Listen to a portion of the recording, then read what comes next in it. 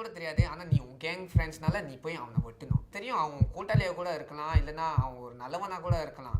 ஆனால் நீ வந்து உன் கேங் சொல்லனால நீ போய் செய்யணும். அதோட இன்ஃப்ளூயன்ஸ் கேங்கோட.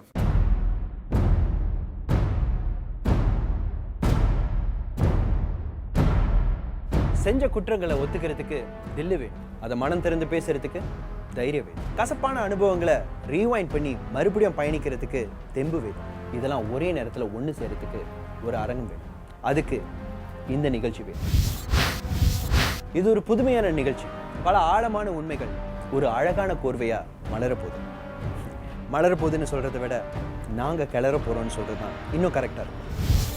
கிரைம், குற்றங்கள், இதை பற்றி தாங்க இந்த நிகழ்ச்சி.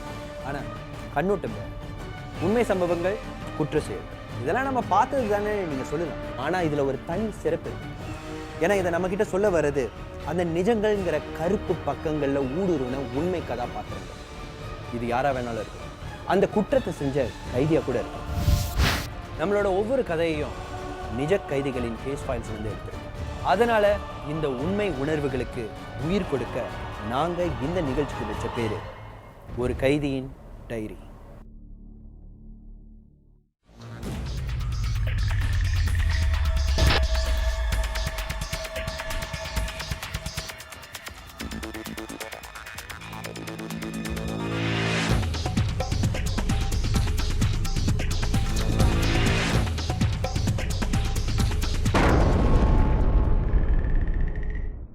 முதல் நிகழ்ச்சி, முதல் கேஸ் ஒரு டீனேஜ் டானை பத்தினதுங்க.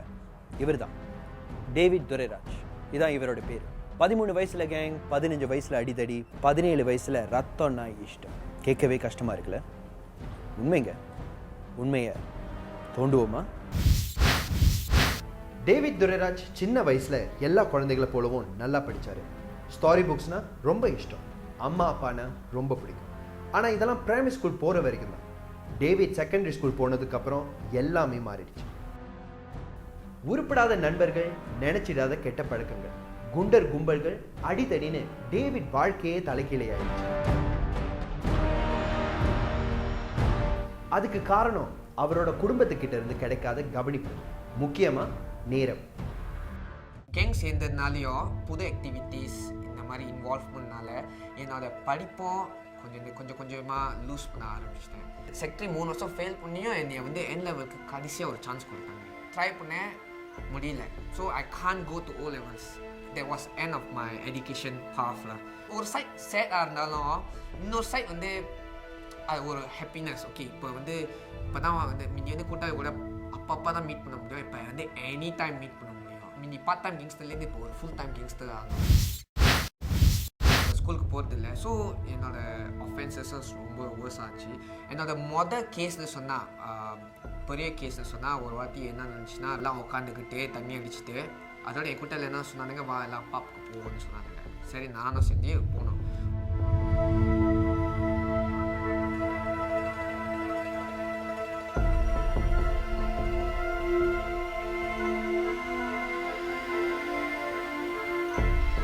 ஸோ அந்த நேரத்தில் என்ன ஆச்சுன்னா சீனனுங்க வந்துட்டாங்க.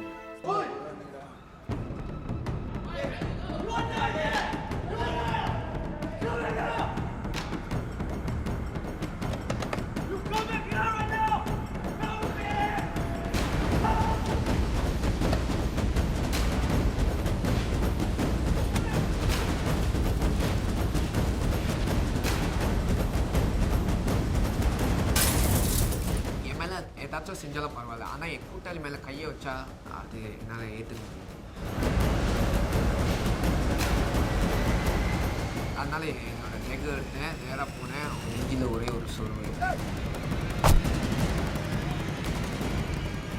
எப்படியோ திக்கு முக்காடி படுகாயம் அடைந்த தன்னுடைய நண்பனை அன்னைக்கு அலெக்சாண்டர் ஹாஸ்பிட்டலில் சேர்த்து விட்டாங்க டேவிட்டும் அவருடைய நண்பன் தேவாவும். போலீஸ் கண்ணில் படாமல் தப்பிச்சிட்டோன்னு நினச்சாங்க. ஆனால் டேவிட்டோட கும்பலில் சேர்ந்த சில பேர் இது சம்பந்தமாக போலீஸ்கிட்ட சிக்கினாங்க. அதே இன்சிடெண்ட்டில் 2-3 பேரை பிடிச்சிட்டானுங்க. போலீஸ்காரனுங்க வந்து நீ உனக்கு தெரியும், ஏன்னா இது வந்து இப்படிலாம் நடந்துச்சுன்னு சொல்லி அவனுங்களை வந்து 2 நாள் வாட்டி கடைசியில் அவனுங்க என் சொந்த கேங் மெம்பர்ஸ் எல்லாம் கக்கிட்டானுங்க. அந்த நேரத்தில் வந்து அவனுங்க வந்து சொல்லிட்டானுங்க, நம்ம தான் அங்கே இருந்தோம் இது அதுன்னு சொல்லி. கடைசியில் அவனுங்க போலீஸ்காரங்க தெரிஞ்சுட்டு நம்ம யாருன்னு. அந்த ரெண்டு மூணு நாள் கழிச்சு வீட்டுக்கு போகிறேன்.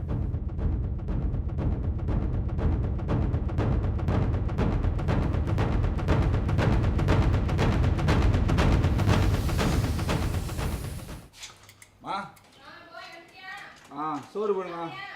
போடுங்க.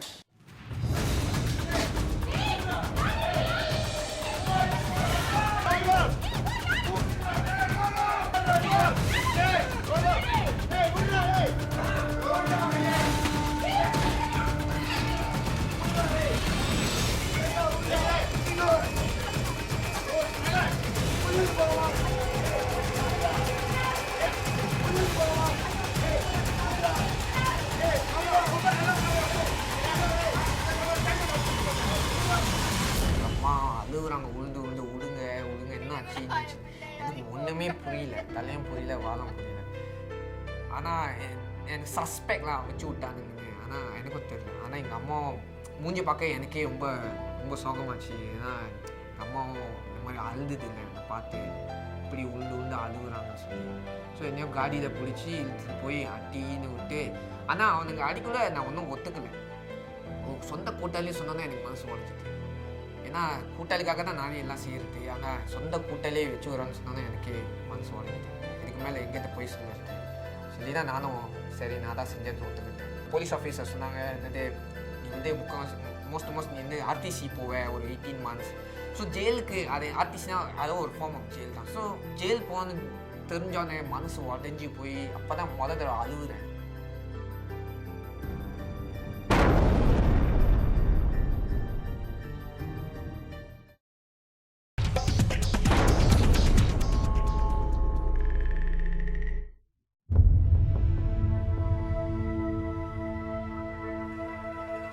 அந்த 2 வாரம் கழிச்சு பெயிலில் வந்து என்னோடய சொந்த ஆண்டி என்னை பெயில் பண்ணி எனக்கு ஹெல்ப் பண்ணாங்க. ஸோ நான் பெயிலையும் வெளியாகி அதே கூட்டாளியோட தான் இருந்தேன். ஆனால் நான் நினச்சேன் ஓகே கேஸ் செய்ய மாட்டானுங்க, ஏன்னா அவனுங்களும் கேஸில் வந்து இருக்கானுங்க. அவனுக்கு சண்டை போலாட்டியும் அவனுக்கும் அவங்க கேஸ் சார்ஜ் இருக்குது. ஸோ கேஸ் செய்ய மாட்டானுங்கன்னு நினச்சேன். ஆனால் அவனுங்க வந்து திருந்தலை. ஸோ நானும் அவனுங்க கூட சுற்றனால நானும் திருந்த முடியாது.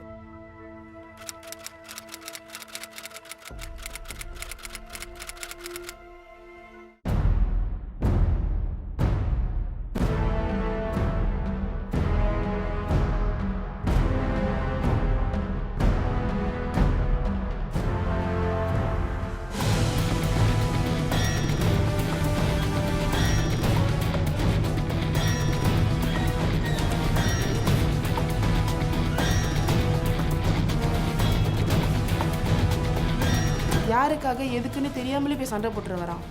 நல்ல வேலைங்க போலீஸோட முடிஞ்சிருச்சு. அவன் உயிருக்கு ஏதாச்சும் ஒன்று ஆயிருந்துச்சுன்னா ஐயோ என்ன அந்த மாதிரிலாம் என்னால் தாங்க முடியாதுங்க.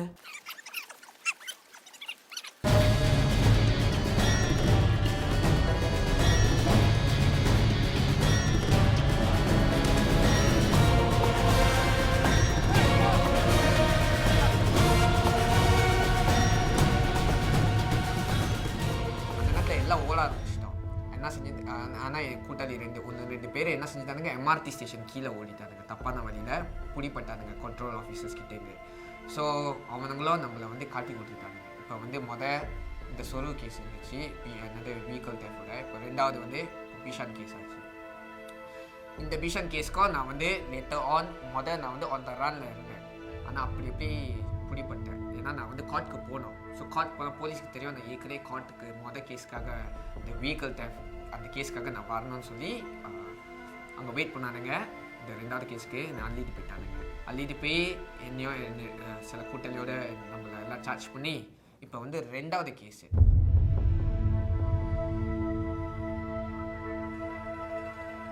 ரெண்டாவது கேஸுக்கு இன்னும் ஒரு கூட பேல் கொடுத்தாங்க. ஓகே இன்னொரு பேல் இருக்குது, இது கூட அதனால் வெளியாக முடிஞ்சால் நீ காசு கட்டி வெளியாகும். நானும் not well to do family. So எங்கள் அம்மாவும் கஷ்டம் பேல் எடுக்கிறதுக்கு. அந்த நேரத்தில் என்ன செய்யணும், நோ சாய்ஸ், நான் வந்து ரிமாண்ட் போனேன். செல்லில் போட்டாருங்க. செல்லில் வந்து எல்லாமே ஒருத்தன் தானே ஸ்ரீலங்கா, இன்னொரு 2 பேர் வந்து பங்களாதேஷ். தமிழில் பேசுகிறதுக்கும் ஆள் இல்லை. அந்த நேரத்தில் அவனுங்களுக்கும் என்னை புரிஞ்சிக்க முடியாது. அவனுங்க வந்து எல்லாமே இல்லீகல் இமிக்ரெண்ட்ஸ் மாதிரி. ஸோ பேசுகிறதுக்கும் ஆள் இல்லை, பேசவும் முடியல. எனக்கு வந்து ஆக்சுவலி அந்த மோமெண்ட்டாக அந்த ஃபர்ஸ்ட் 1 வீக் நான் இருக்கேன், என்னால் ஒன்றுமே பேச முடியல ஒழுங்கா. ஏன்னா எனக்கு வந்து என் கண்ணில் அப்படியே அந்த டியர்ஸ் வந்து வெயிட் பண்ணுது. ஐ நோ அந்த டியர்ஸ் வெயிட் பண்ணுது. ஆனால் என்னோட ப்ரைட் சொல்லுது, இல்லை நீ ஒரு கேங்ஸ்டர், நீ இந்த இமேஜில் இருக்க, நீ அழுவக்கூடாதுன்னு சொல்லி அந்த ஃபைட் பண்ணிகிட்டு இருக்கேன். ஆனால் உண்மையிலேயே என் ரியல் செல்ஃப் வந்து அங்கே அழுவணும்னு இருக்குது. ஆனால் முடியல. எவனாச்சும் பார்த்தா வேறு ஏதாச்சும் நினைப்பாங்கன்னு சொல்லி நான் அழுவேன். ஒரு 3-4 நாள் கழிச்சு எங்கள் அம்மா வந்தாங்க விஜய். அந்த தடவை தான் தெரியுமா, I can't control, I can't stop my self. முடிஞ்ச வரைக்கும் பக்கத்துலேயே தான் ஆள் இருக்கானுங்க விசிட் பண்ணுறதுக்கு. ஆனால் என்ன தாங்க முடியல, கதறி அழுந்து எங்கள் அம்மா கிட்ட, அம்மா பேல் எடுத்துருங்கம்மா, இங்கே தாங்க முடியலன்னு. ஸோ எனக்கு ஞாபகம் இருக்குது, I feel that my mom was so broken to see me. அங்கே அழுதுகிட்டே இருக்கேன். 20 minutes தான் விசிட். அந்த பிஹைண்ட் ஒரு கிளாஸ் பேனல் ஒரு 20 minutes அழுதுருப்பேன்னு நினைக்கிறேன். நிப்பாட்டவே முடியல. ஏன்னா அவ்வளோ நேரம் அந்த ஹோல் வாரமே அந்த மூமெண்ட்டுக்கு தான் வெயிட் பண்ணிட்டுருக்கேன் அழுகுறதுக்கு. அது எங்கள் அம்மா பார்த்து தான் அழுக முடிஞ்சிச்சு. ஸோ நான் அழுந்து எங்கள் அம்மா என்ன செஞ்சாங்கன்னா, இவ்வளோ நாள் விற்காத வீடை போய் ஏஜென்ட் விட்டு கடன் எடுக்கிறதுக்காக அந்த வீடே விற்றாங்க. எங்கள் அம்மா அப்பா வீடே விற்று பெயில் பண்ணியிருக்காங்க. இந்த தடவை நம்ம வந்து திருந்திடுவோம் சொல்லி கூட்டாளி அதை பார்க்கல. அவங்க வந்து அந்த வழியில் போகல, புது வாழ்க்கையாக ஆரம்பிக்கணும்னு இருந்தேன். பரவாயில்ல பழைய கேஸ் இருக்கானா போவேணான்னு இருந்தேன். 2-3 மாதம் போகல. திடீர்னு ஒரு நாள் பார்த்துட்டானுங்க என்னைய.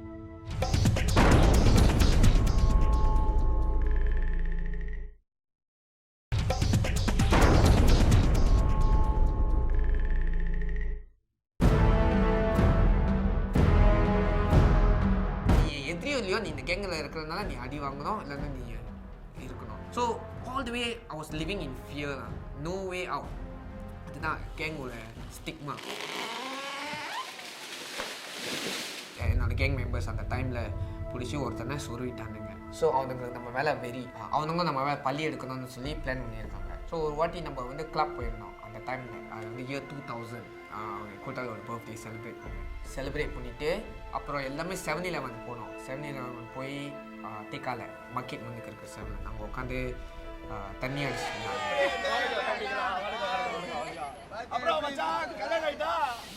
எதியோட ஆளுங்க வந்து இன்ஃபார்ம் பண்ணிட்டாங்க நம்ம அங்கே தான் இருக்கோன்னு.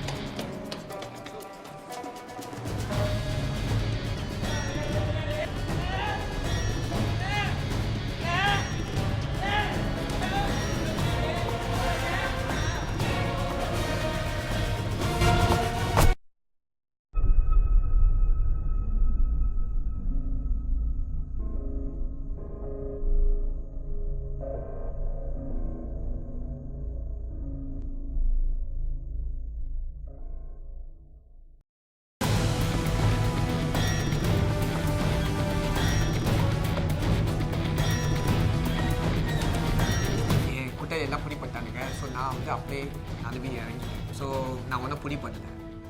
நானும் என்ன செய்யணும் தெரியல, வீட்டுக்கு போய் வெயிட் பண்ணிக்கிட்டு இருக்கேன். என்ன நடந்துச்சுன்னு தெரியல. அதோட என் கூட்டாளி ஒருத்தன் ஃபோன் அடித்து சொன்னால் உன் பெஸ்ட் ஃப்ரெண்ட் இறந்துட்டான்னு. நான் நம்பலை. கடைசியில் அவன் அழுவ ஆரம்பிச்சுதான் எனக்கு அப்படியே ஷாக் ஆகிட்டேன். அப்படியே டிஃபென்ஸ்லெஸ் ஆகிட்டேன். ரொம்ப கஷ்டமாக இருந்துச்சு. ஆனால் அந்த டைமில் எனக்கு வெறி. என் கூட்டாளி செஞ்சுட்டானுங்க. So revenge is the only way out. பழி தீர்க்கணும்னு வெறியோடு இருந்த டேவிட்டை விதி பழி வாங்கிடுச்சு.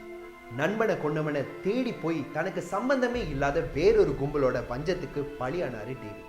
வேறொரு அடிதடி வழக்கில் சிக்கிக்கிட்டாரு. இனிமேல பேலே இல்லைன்னு தெரிஞ்சதுக்கு அப்புறம் 18 மாசம் சிறைக்கு போனார். நிறைய விஷயங்களை கற்றுக்கிட்டாரு. வெளியே கற்றுக்க முடியாது, இதெல்லாம் ப்ரிசன் போய் தான் கற்றுக்க வேண்டியிருக்கு. என்னது காய்கறி சாப்பிட்றது, அதெல்லாம் வந்து சின்ன சின்ன எக்ஸ்பீரியன்ஸஸ். ஆனால் அந்த 18 monthsலையும் நான் திருந்தலை. எனக்கு வந்து ரிவெஞ்ச் பண்ணணும் தான் அந்த எண்ணம். ஏன்னா படிக்கலை, ஏன்னா சில நேரத்தில் ப்ரிசனில் ரொம்ப ஷார்ட்டாக உட்காந்தோன்னா என்ன யோசிக்கணும்னு தெரியாது. ஏன்னா நம்மளுக்கு ஒரு மீனிங் இல்லை, சும்மா உட்காந்துட்டு போகிறோம், திருப்பி வெளியே போகிறோம். ஸோ அந்த மாதிரி ஒரு எண்ணத்தில் தான் இருந்தேன். நானும் வந்து வெளியே ஆகி திருப்பி கூட்டளிக்காக திருப்பி ரிவெஞ்ச் எடுக்கணும்னா அந்த வெறி இருந்துச்சு.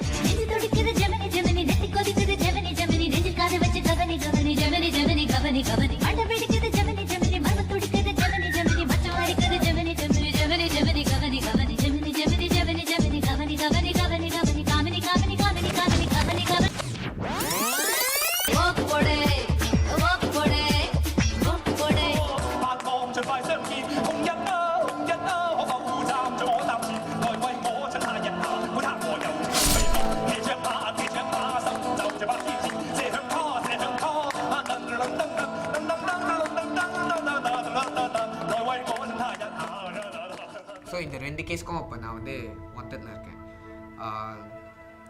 அதோட என்ன நடந்துச்சுன்னா, நான் பார்த்தேன் நோ சாய்ஸ்ல, I don't want to waste life. 7 வருஷம் 8 வருஷம் உட்காந்தாலும் வெளியே வந்தாலும் லெஸ் தென் 30 தான். இப்போ ஓடணுன்னா all the way life is gone சொல்லி தான் நான் ஓடலை. ஸோ நான் சொன்னேன் ஹீமென்கிட்ட அவர் சரண்டர். சொன்னபடியே போலீஸ் கிட்ட சரணடைஞ்சாரு டேவி. நீதிமன்றத்தில் 6 வருஷம் சிறை தண்டனை விதிக்கப்பட்டது. அது பேர் 6 வருஷம் இல்லை, 6 வருஷம். மதுவாக சொல்ல போது தான் தெரிஞ்சிச்சு அதோட இஃபெக்ட். நான் யோசிச்சு பார்த்தேன், ஜெயிலில் வந்து 2 செய்யலாம். ஒன்று வந்து வேலைக்கு போனால் உனக்கு சுதந்திரம் இருக்கும். ஆனால் நான் யோசித்து பார்த்தேன், நான் போல வேலைக்கு போனால் கொடுக்கலாம், சுதந்திரம் கொடுக்கலாம், இதெல்லாம் இருந்தாலும் இதெல்லாம் டெம்பரரி தான். இன்னொரு ஆப்ஷன் இருக்குது, ஆனால் நிறைய பேர் இந்த ஆப்ஷன் எடுக்க முடியாது. ஆனால் எனக்கு வந்து இந்த ஆப்ஷன் தான் பிடிச்சிருந்துச்சு. ஏன்னா அந்த டைமில் வந்து இமோஷன்ஸ்லாம் அவ்வளோ இல்லை, மோர் லாஜிக்கலாக திங்க் பண்ண ஆரம்பித்தேன். நான் யோசித்து பார்த்தேன் என்னோடய ஃப்யூச்சர். இப்போ நான் வந்து இல்லை மேக் இட் பண்ணேன்னா I can still come back in life, I can still make it சொல்லி தான் இந்த எஜுகேஷன் ஜேர்னியில் நான் போனேன். I decided I want to study. I have 6 years of my life. 6 வருஷம் இருக்கு, இது ஏன் நான் வேஸ்ட் பண்ணணும்? டேவிட் வேஸ்ட் பண்ணல. தன் 6 வருஷ கால சிறை தண்டனையை ஒரு வரமா மாத்திக்கிட்டாரு டேவிட். நம்ம சிறைச்சாலைகளில் உள்ள பல வசதிகளை பயன்படுத்திக்கிட்டு டேவிட் என்கிற கைதி மாணவரா அவதாரம் எடுத்தாரு. N லெவல்ஸை மறுபடியும் எடுத்தார். 4 டிஸ்டிங்ஷன்ஸ். O லெவல்ஸ்க்கு போனார், டாப் ஸ்டூடெண்டாக ஆனார். A லெவல்ஸை தொட்டார், அதில் டாப் 3 மாணவர்களுக்குள்ள இவரும் ஒருவர். அதுக்கப்புறம் சிறையிலிருந்து வெளியாகி பல கஷ்டங்களுக்கு அப்புறம் இன்னைக்கு சிங்கப்பூர் மேனேஜ்மெண்ட் யூனிவர்சிட்டியில் 3வது வருஷம், bachelors of social sciences, double majors in psychology and human resources. When David first joined SMU, I didn't know that he was actually a ex-offender. So the first time I got to know him was when he applied to take my course, the course which I teach. I could see that he's a young man who had a very strong desire to want to make sure that everything he does, he's very serious about it. He wants to be successful. If I were to know him without the fact that I had this professional training, I may feel a little bit uncertain. I may feel a little bit unsure initially, because I think it's a very normal psychological behavior that if we do know that someone has a fairly violent background, or someone who has actually been on the wrong side of the law, chances are we tend to be a little bit more concerned. I think that's why we have the Yellow Ribbon programs and all that, to really encourage the whole of Singapore, the general population, to accept people who are ex-offenders. இவர் சொன்ன மாதிரியே டேவிட்டுக்கும் நம்ம சமுதாயம் இன்னொரு வாய்ப்பை கொடுத்திருக்கு. ஒரு புது பாதையை அவரே அமைச்சுக்கிட்டாரு. ஆனா இந்த நேரத்துல பழைய பாதை திருப்பி குறுக்க வந்துச்சுன்னா என்ன ஆகும்? நான் வாரம் சண்டே வந்து ஒரு வயசானவங்க, அவங்க நடக்க முடியாது, ஒண்டியாக அனாதையாக இருக்காங்க, அவங்கள போய் விசிட் பண்ணுவேன். துப்பாயில் விசிட் பண்ணி அவங்களுக்கு உதவி செய்வேன். ஸோ ஒரு நாள் நான் போயிட்டு இருக்க போதே 2 பொண்ணுங்க அங்கே உட்காந்துருந்தாங்க. மொதல் தடவை அவங்க வந்து அந்த அம்மாவுக்கு வந்து சாப்பாடு கொடுக்க வந்திருந்தாங்க. ஸோ என்னை பார்த்தோன்னே சொல்லிட்டாங்க, டே நீ தான் அவன் சொல்லி பேச ஆரம்பிச்சேன். எனக்கு ஞாபகம் இல்லை அவங்க யாருன்னு. ஆனால் அவங்க வந்து லேட்டாக எக்ஸ்பிளைன் பண்ணாங்க, அவங்க வந்து என்னோடய கேங் எனிமியோட. ஸோ கோபமாக என்னை மிரட்டினானுங்க. அந்த நேரத்தில் எனக்கு வந்து எந்த கோவமும் இல்லை அவங்க மேலே. ஆனால் பயம் தான் இருந்துச்சு. ஏன்னா இப்போ நான் சண்டை போட மாட்டேனே. ஸோ சண்டை போடலன்னா சண்டை அடி வாங்கணும். அதை அந்த நிலமையில் இருந்தால. ஆனால் கை கால் ஆடினாலும் சும்மா நான் வந்து ஸ்டெடியாக இருந்தேன், பேஷனாக இருந்தேன். ஸோ அவங்க மிரட்டினானுங்க. அதாவது சொன்னானுங்க, நீ வந்து ஒழுங்காக வந்து அவனை வெட்டினால வந்து மன்னிப்பு கேளுன்னு. அது வெட்டி ஒரு 10 வருஷம் கிட்ட ஆகுது. அப்பயும் அவங்க இன்னும் மறக்கலை. ஸோ வந்து அவங்ககிட்ட மன்னிப்பு கேளுன்னு சொன்னானுங்க. ஸோ நான் சொன்னேன், அவங்களுக்கு ஏதாச்சும் ஹர்ட் பண்ணியிருந்தேன்னா என்னை மன்னிச்சிருங்கன்னு அவங்கக்கிட்ட சொன்னேன். ஸோ அவங்களுக்கும் ஒரு டிஃப்ரெண்டாக இருந்துச்சு அந்த நேரத்தில் நான் சொல்ல போது. அவங்க மிரட்டிட்டு போனாலும் கடைசியில் வந்து என்கிட்ட கையை கொடுத்து சொன்னாங்க, அது நீ தமிழ்நாடு தூக்கிட்ட, திரும்பி ஒரு நல்ல படிப்பில் இருக்க, டிஃப்ரெண்டாக இருக்க, ரொம்ப சந்தோஷமாக இருக்குது, அதுக்கு நான் ஒன்று சொல்லுன்னு சொல்லிட்டு நடந்துட்டாங்க. அடுத்த வருஷம் எனக்கு கல்யாணம் ஆக போகுது. அதோ எனக்கு ஒரு புது ஹோப் மாதிரி, எனக்குன்னு ஒரு பொண்ணு வாழ்க்கை கொடுக்குற மாதிரி. ஸோ அதோ எனக்கு ஒரு சந்தோஷமான ஒரு விஷயம். ஸோ இந்த பாஸ் வந்து ஃப்ரீடமோட மகிமை எனக்கு தெரியல. ஆனால் ஜெயிலுக்கு போனால் தான் இப்போ ஃப்ரீடமோட மகிமை எனக்கு என்னன்னு புரிஞ்சிச்சு. ஸோ அதை வந்து அப்ரிஷியேட் பண்ணணும். அது மட்டும் இல்லை, என்னோடய லைஃபோட மீனிங்கும் இல்லை. எனக்கு வந்து பர்பஸே இல்லை லைஃப்பில். ஆனால் இப்போ வந்து எனக்கு லைஃப்பில் ஒரு பர்பஸ் இருக்குது. எவ்ரி மினிட் அது வந்து பர்பஸ்ஃபுல்லாக வாழணும்னு எனக்கு எண்ணம். ஸோ அதே மாதிரி சின்ன வயசுலேயும் எனக்கு அந்த அந்த லவ் இப்போ எனக்கு கிடைச்சிருக்கு. ஒரு வகையிலன்னு சொன்னால் பேரண்ட்ஸோட லவ், எங்கள் பிரதரோட லவ், ஃபேமிலி ஃப்ரெண்ட்ஸோட லவ் இப்போல்லாம் எனக்கு புரிய ஆரம்பிச்சிச்சு. அண்ட் சின்ன வயசில் வந்து அந்த லவ் வந்து கேங் மெம்பர்ஸ் கொடுத்துருந்தேன், அவங்களுக்காக சண்டை போட்டுருந்தேன். ஆனால் இந்த தடவை பர்பஸ்ஃபுல்லாக அது வந்து சொசைட்டிக்கும் ஃபேமிலிக்கும் தேவைப்பட ஆளுக்கு நான் அந்த லவ்வை கொடுத்துருக்கேன். So life is more meaningful and love is all about. ஒரு மனுஷன் எவ்வளோ கொடிய மிருகமாக இருந்தாலும் சரி, அவன் வருந்துறதுக்கும் திருந்துறதுக்கும் ஒரு வாய்ப்பு கொடுத்தான். அப்படி கொடுக்கும்போது அவனுக்குள்ளேயே எழுப்பி இருக்கிற இரும்பு சுவரை உடச்சி தூள் தூளாக்க முடியும். அப்படி உடையும் போது இந்த பூமியே அவனுக்கு புதுசாக தெரியும். அவனுடைய உணர்வுகள் எல்லாம் சலவைக்கு போட்டு எடுத்த மாதிரி இருக்கும். இனி எல்லாம் நல்லா தான் இருக்கும்னு நம்பிக்கை வருது பாருங்க. அப்போ அவன் ஜெயிச்சிட்டான். அப்படி ஜெயிச்சவர் தான் நம்ம David. From a criminal to a graduate. முன்னாள் கைதி, இப்போ பட்டதாரி. இது டேவிடோட கதை. அடுத்த வாரம் யாரோட கதை? இன்னொரு கைதியின் டைரியை நம்ம புரட்ட போகிறோம். நீங்கள் மண்டேஸ் 10 o'clock உங்கள் டைரியை குறித்து வச்சுக்கோங்க. பாய்.